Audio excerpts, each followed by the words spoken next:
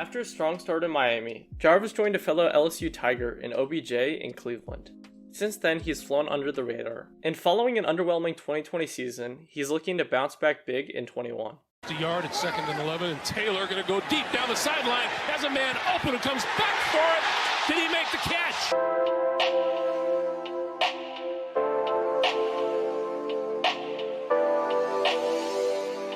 Following 4 consistently solid seasons in Miami, Jarvis left the Dolphins for Cleveland to work with the rising star in Baker Mayfield.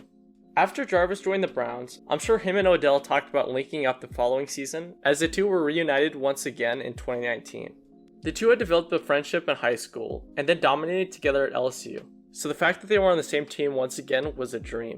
Their first season together looked good on the stat sheet, as they both had over 1,000 yards, but didn't end up leading to any actual success on a 6-10 Browns unit that was all over the place.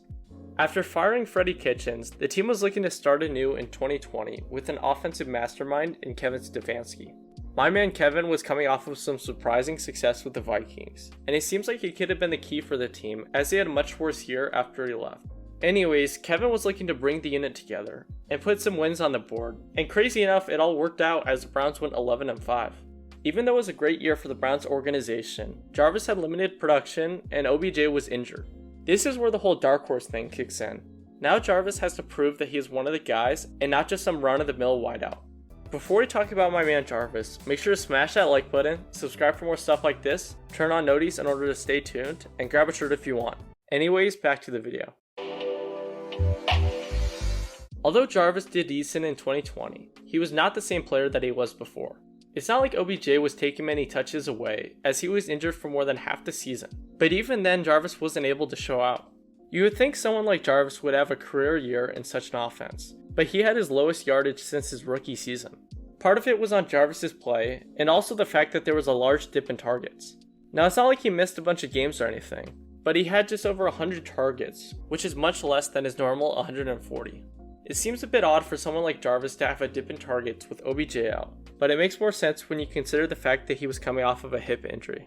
Jarvis's hip injury plagued not only his 2019 season and then following offseason, but his 2020 year, and not only that, but a rib injury in week 5 added some more fire to the whole fiasco. For many, this would be a scratch of a season, but Jarvis is incredible at working through difficulties, and so he's able to deal with the injuries and still produce nonetheless. Even though he's an absolute trooper, Jarvis even admitted that 2020 was his toughest year to date. Thankfully for him, in his own words, he had the right people around him, and their support helped him through the rehabilitation process. Although he had backing, being limited in any fashion on a football field is rough enough for someone who has a competitive fire like Jarvis. When someone that wants to do the best in whatever they do is prevented from being on their A game, it becomes more and more irritating each and every day. Although he felt better as the season went on, all the turmoil came to the surface when he had a rough 20-yard game against Kansas City in the playoffs. After the underwhelming end to the year, Jarvis made light on the injuries that he had been harboring for the past season. Not only was Jarvis just dealing with injuries, but those very injuries kept him from training and any development that he could have used to perform better on the field. Instead of training and all that jazz, Jarvis went straight from rehab to the gridiron and had an underwhelming season as a result. Now that all this struggle is in the rear view, Jarvis is looking to bounce back in 2021, and now he can pay more attention to the game, become leaner, and fine-tune his game to the best of his ability. Coming off all the minutiae in 2020, Jarvis has a drive within him to be that much better than he was before, and has already put it into practice by working with Baker and the receiving corps in Austin, and sprinting with a world-class talent and teammate in Anthony Schwartz.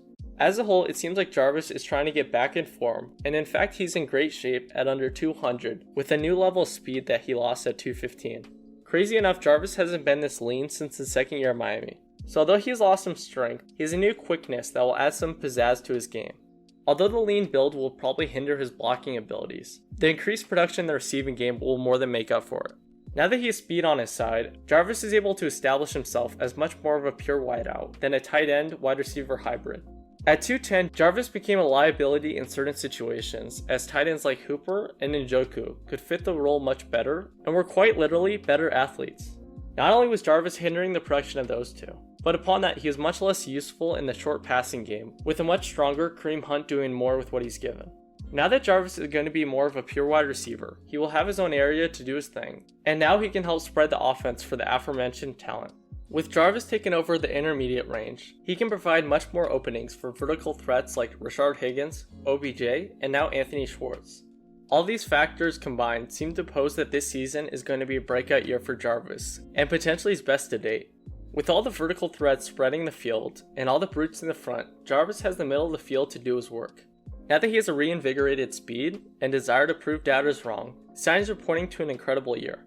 Although the offense is packed with talent from top to bottom, Jarvis has already proved that he can produce wherever he needs to, and so I think he goes off in 2021. Something like 1,300 yards and 12 touchdowns could be a realistic stat line for someone like Jarvis.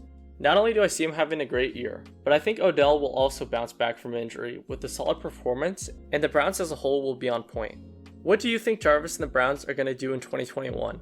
Leave a comment down below and give me your thoughts on the whole thing. Anyways, Jarvis Landry has dealt with injury after injury over the past few seasons, and now that he's come back healthy, he's about to put on a show. Of course, everyone clamoring for Bradley Chubb, but things have worked out. Here is Landry, he's going to throw it down the field, has his man, and it's caught! Thanks for watching the video. If you enjoyed it would be awesome if you guys could subscribe, like, and comment down below videos you want next.